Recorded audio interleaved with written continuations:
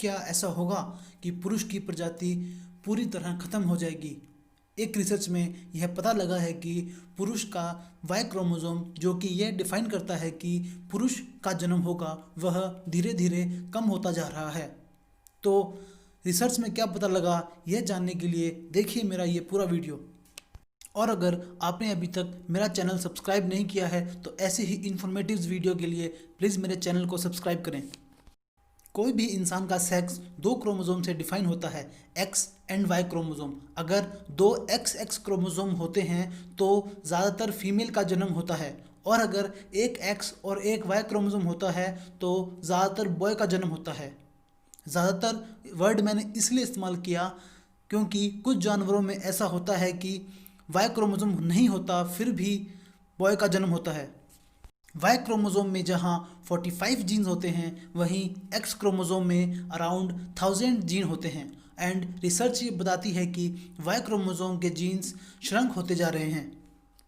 Y chromosome में एक master switch gene SY होता है, जो ये डिसाइड करता है कि बेबी बॉय होगा या बेबी गर्ल होगी। मतलब कि सेक्स वाई क्रोमोसोम नहीं, यह मास्टर स्विच जीन डिसाइड करता है। रिसर्च ये बताती है कि वाई क्रोमोसोम बहुत जल्दी खत्म हो रहा है और पीछे बचते हैं वुमेन के दो परफेक्ट एक्स क्रोमोसोम और मैन के एक एक्स क्रोमोसोम और एक डैमेज्ड वाई क्रोमोसोम। जी हाँ, डैमेज वाई क्रोमोसोम। और अगर डैमेज का यही रेट चलता रहा तो वाई क्रोमोसोम सिर्फ 4.6 मिलियन साल के बाद ख़त्म हो जाएगा। सुनने में 4.6 मिलियन साल बहुत ज़्यादा लगते हैं, पर ऐसा है नहीं। अगर हम देखें कि हमारी दुनिया 3.5 बिलियन साल पहले बनी, पर क्या वाई क्रोमोसोम शुरू से ही ऐसा था? नहीं। अगर हम शुरुआत की बात करें तो मैमल्स के पास एक्स और वाई क्रोमोसोम दोनों एक ही साइज़ के थे, दोनों में एक ही नंबर ऑफ जीन्स थे, जो कि अब वाई क्रोमोसोम में घट के 45 जीन्स रह गए हैं। तो ऐसा क्यों हो रहा है? वाई क्रोमोसोम दिन ब दिन घटता क्यों जा रहा है? वाई क्रोमोसोम में एक फंडामेंटल कमी है। जैसे बाकी क्रोमोसोम में हमारे पास क्रोमोसोम की दो कॉपीज होती है हर सेल में, पर वाई क्रोमोसोम अकेला ऐसा क्रोमोसोम है जिसकी सिर्फ एक ही कॉपी है, जो कि पिता से बेटे में ट्रांसफ़र होती है। वाई क्रोमोसोम की एक ही कॉपी होने का मतलब ये है कि वाई क्रोमोसोम्स के जीन जेनेटिक रिकम्बिनेशन नहीं कर सकते। मतलब कि वुमेन में दो एक्स क्रोमोसोम होते हैं, तो जब वो क्रोमोसोम अगली पीढ़ी में जाते हैं तो दो एक्स क्रोमोसोम में से सिर्फ एक एक्स क्रोमोसोम अगली पीढ़ी में ट्रांसफ़र होता है, और बॉडी ये मेक श्योर करती है कि हेल्दी क्रोमोसोम ही ट्रांसफ़र हो, और इसी वजह से एक्स क्रोमोसोम को डैमेज होने से बचा लिया जाता है।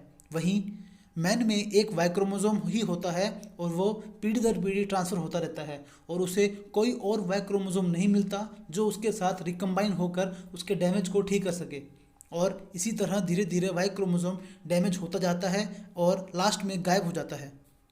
इस पर ऑस्ट्रेलिया के ला ट्रॉब यूनिवर्सिटी से जेनी ग्रेव्स ने क्लेम किया है कि अगर लॉन्ग टर्म की बात करें तो वाई क्रोमोसोम को ख़त्म होने से कोई नहीं रोक सकता। हो सकता है कि ये थोड़े ज़्यादा समय के लिए रुक जाए। उन्होंने Japanese spiny rats and mole voles का एग्जाम्पल देते हुए कहा है कि इन दोनों प्रजातियों ने अपने वाई क्रोमोसोम पूरी तरह से खो दिए हैं, और ये भी कहा है कि इस तरह जीन्स का ख़त्म होने से फर्टिलिटी की प्रॉब्लम आ सकती है एंड अल्टीमेटली ये एक न्यू स्पीशीज़ को जन्म दे सकती है। पुरुष प्रजाति का अंत तय है? तो इसका जवाब है नहीं। अगर वाई क्रोमोसोम पूरी तरह से ख़त्म हो भी जाता है तो ये ज़रूरी नहीं है कि पुरुष का अंत हो जाएगा। अगर वाई क्रोमोसोम पूरी तरह ख़त्म हो भी जाता है तो भी मेल और फीमेल दोनों की ज़रूरत होगी रिप्रोडक्शन के लिए। अगर ऐसा होता है तो मास्टर स्विच जीन SY, जो कि मेलनेस डिटरमाइन करता है, वो दूसरे क्रोमोसोम में शिफ्ट हो जाएगा, और वो दूसरा क्रोमोसोम सेक्स डिटरमाइनिंग क्रोमोसोम बन जाएगा, और उस क्रोमोसोम में भी डैमेजिंग का प्रोसेस फिर शुरू हो जाएगा। ये इन्फॉर्मेशन हमें मिलती है दूसरे रोडेंट्स की स्टडी करके, जिनमें वाई क्रोमोसोम ख़त्म हो चुका है और फिर भी मेल एंड फीमेल दोनों हैं उनमें। कुछ जानवर तो ऐसे होते हैं जिनमें वाई क्रोमोसोम होता ही नहीं है, वह बिना वाई क्रोमोसोम के रिप्रोडक्शन करते हैं। एक दूसरी स्टडी ने इस एक्सटिंक्शन थ्योरी को चैलेंज किया है। डॉक्टर जेनिफर हुक्स एंड उनके colleagues whitehead institute in Cambridge ने इस पर रिसर्च शुरू की। 2005 में एक नेचर पेपर में उन्होंने ह्यूमन का Y chromosome chimpanzees and rhesus monkey से कंपेयर किया, जो कि ह्यूमन से 25 बिलियन साल पहले अलग हो गए थे। उस रिसर्च में उन्हें पता चला कि वाई क्रोमोसोम का डैमेज बहुत ही कम है और पिछले 6 मिलियन साल में ह्यूमन क्रोमोसोम ने एक भी जीन नहीं खोया है। उनका कहना है कि ह्यूमन का डिफेंसिव सिस्टम इतना स्ट्रांग है जो कि वाई क्रोमोसोम को डैमेज होने से रोक रहा है और उसे रिपेयर कर रहा है, और इसीलिए वाई क्रोमोसोम का डैमेज रुक चुका है।